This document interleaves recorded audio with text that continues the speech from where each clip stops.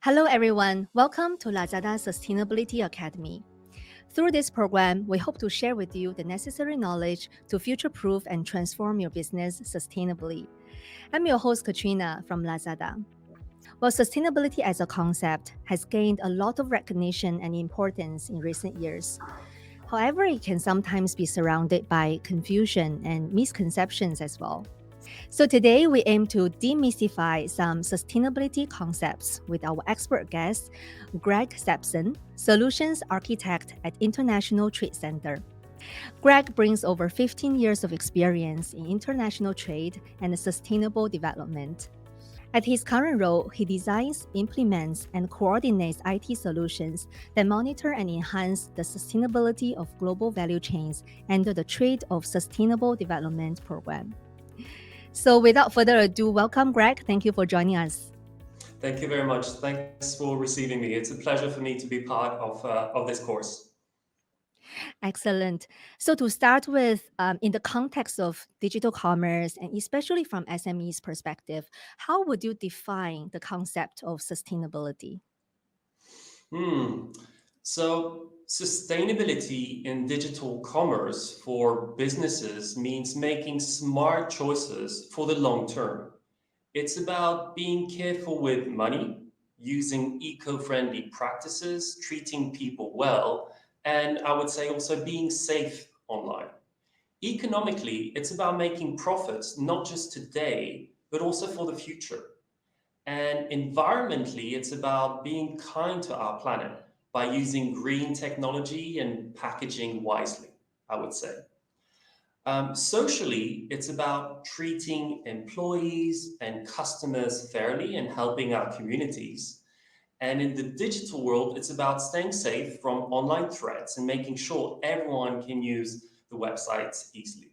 So, small businesses must balance making money now with making sure their business lasts. And I would say sustainability means being smart today for a better tomorrow.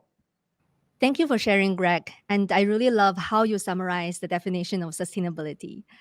Well, in the ever evolving landscape of sustainability, it is also not uncommon for it to be confused with many other related concepts. We all heard of terms like CSR, ESG, circularity, and so on. So, Greg, could you help us understand the differences among these concepts and how they intersect with sustainability? Yeah, absolutely. Absolutely, Katrina. So, sustainability is different from corporate social responsibility, CSR, environmental, social, and governance, ESG, and circularity, because it takes a big picture, a long term view.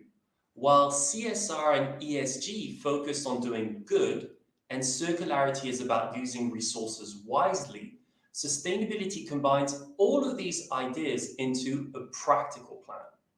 Imagine sustainability like balancing a three-leg tool. It considers making money from an economic perspective, taking care of nature, that's the environmental perspective, and being fair to people, that's the social aspect, and doing all of this at once. It's not just about also being ethical, about building strong communities and systems that last. It's the full package. Circular practices like recycling are also part of that bigger picture. And by embracing sustainability, we're not only making our businesses stronger, but also creating a better world for everyone. It's like planting seeds for a future where businesses thrive, where our planet is healthy and people are happy. You mentioned a very long list of components of sustainability. So, if you look at SMEs in the consumer products or retail industry in the Southeast Asian region, what specific components of sustainability are particularly relevant to them and should be prioritized? Mm. Yeah, so I believe in Southeast Asia, small businesses and consumer products and retail can make a big impact by keeping things simple and eco friendly. First and foremost, supporting local businesses not only boosts the community but also preserves nature. Working closely with local communities strengthens the social fabric and ensures mutual growth. By buying local, these businesses contribute to the regional economy and protect the environment simultaneously. So being mindful also of packaging is critical, especially in online sales. Using less packaging reduces waste, making a positive environmental difference. Embracing recycling and reusing practices further support sustainability. Encouraging recycling among your customers and finding creating ways to reuse products can benefit the environment, but also showcase your business's commitment to eco-friendly practices. There is also one other element which could be of interest and which is currently on the rise. It's getting certified, getting compliant to some certifications, such as organic, and using labels to inform your customers about eco-friendly efforts to build trust and credibility. So to move forward, I really think it's important for businesses to embrace such sustainability considerations to flourish in their industry. As I also briefly mentioned in the introduction, we know that sustainability is gaining a lot of attention nowadays. So, Greg, based on your experience and from your perspective, what do you believe is driving this growing focus on sustainability? Hmm. Yeah, sustainability is getting more attention nowadays. You're right, Katrina, especially among also businesses, you know. And it's for several reasons. So people are worried about the environment, which is making companies think about how they operate. Customers also prefer businesses that are kind to the environment and care about society. So being eco-friendly is becoming really important for companies. Governments are making rules that engage businesses to be more eco-friendly too. And for small businesses, being sustainable isn't just a rule to follow. It can also be profitable to them. If they use resources wisely and produce less waste, they can actually save a lot of money, which is great for their business. Having a good reputation also, I think nowadays is critical, especially with all these social media going around. And business that show that they care about the environment and society tend to have more loyal customers. Plus, companies that follow sustainable practices can get financial help more easily. Banks and investors are more likely to support businesses that are eco-friendly, offer them better deals or loans. So this support helps small businesses stay strong and even grow. I would say that lastly, being sustainable also encourages new ideas. Companies that try to be eco-friendly often come up with smart and creative solutions to problems. It's creativity that not only meets the demands of the market, but also keeps small businesses in the competition. So sustainability isn't just a trend, I would say, Katrina. It's a smart choice for small businesses aiming for long-term success. Thank you, Greg. Thank you for sharing the driving forces behind the growth on sustainability. And I love the fact that you share about the potential business benefits that is very important for SMEs. Now, when we talk about sustainability, there are sometimes myths or misconceptions surround sustainability, Mhm. probably also due to the very evolving nature of this space. So, drawing from your experience, what are some common misconceptions about sustainability that you have come across? And maybe you can help us shed some light on the reality behind them. Yeah, absolutely, Katrina. I'd be delighted to do so. I think I would focus my answer on three myths, and these are the ones I've been seeing the most, you know, with dealing with businesses. So the first myth revolves around the idea that sustainability is only for large corporations, and you know, in reality, even small e-commerce businesses can integrate sustainability into their operations. For instance, a family-owned online shop that sells handmade crafts can use eco-friendly packaging materials and source raw materials locally, supporting both environmental sustainability and the local community. By embracing sustainable practices, these small businesses demonstrate that size is not the barrier to making environmentally conscious choices. So it's not only for the large corporations. You can also really make a difference. I think the second myth that I see most frequently is that sustainability is too expensive. However, there are cost-effective ways to be sustainable. For instance, a micro e-commerce stores can partner with local courier services that offer carbon neutral shipping options. By offsetting their carbon emissions, these businesses can demonstrate their commitment to the environment without significantly impacting the budget.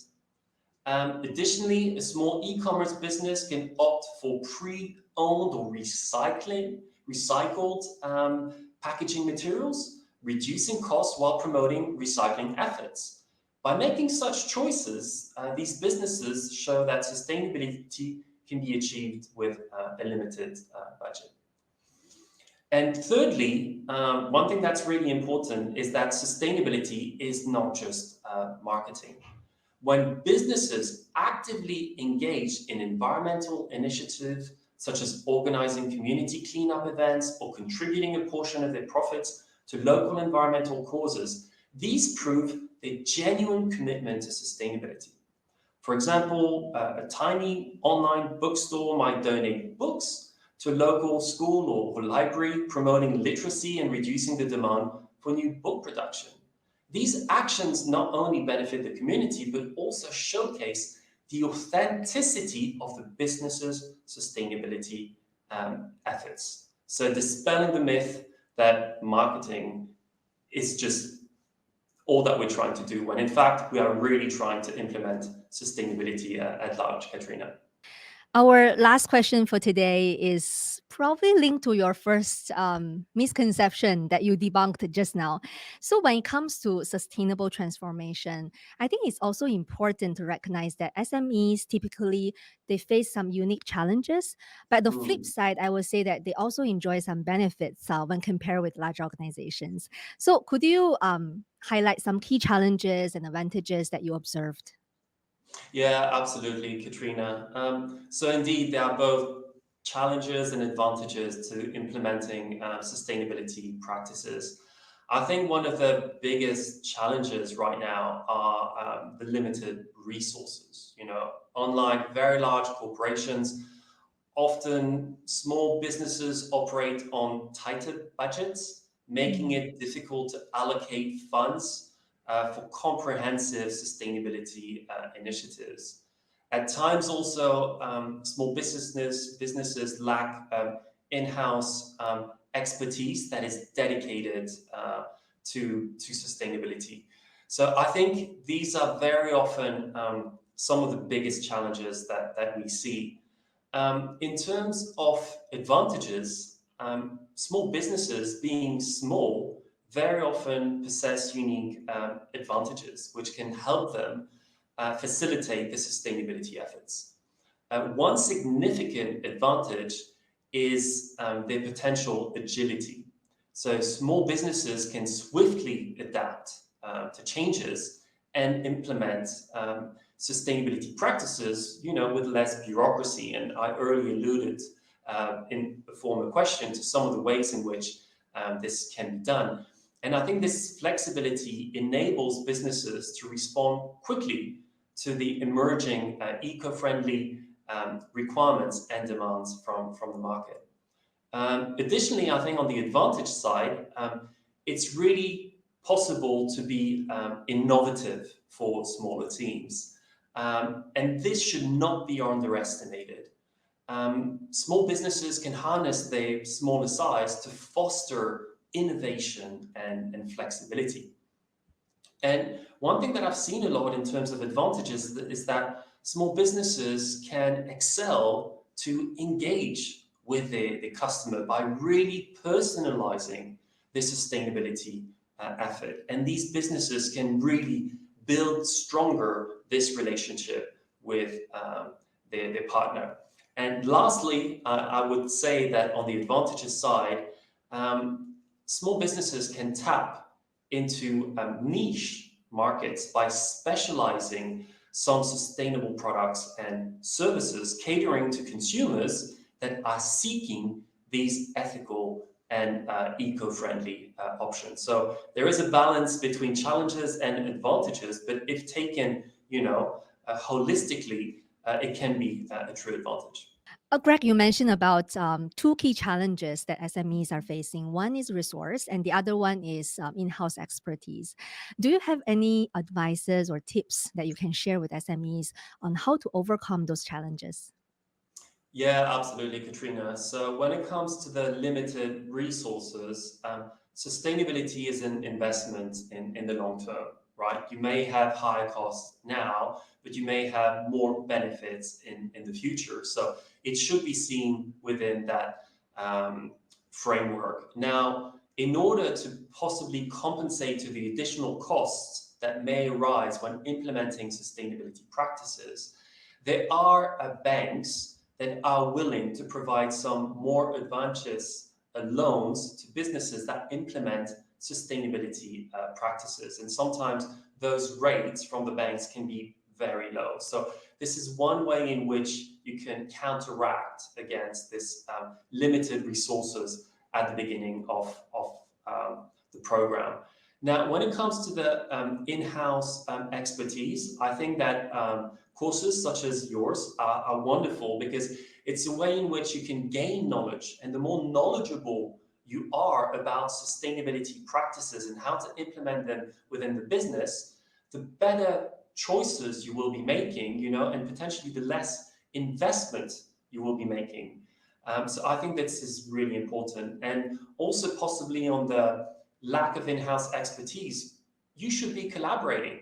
You can collaborate with partners, with organizations, with businesses that may also be implementing sustainability practices. So really try to share among your community and gain best practices as to how to implement sustainability.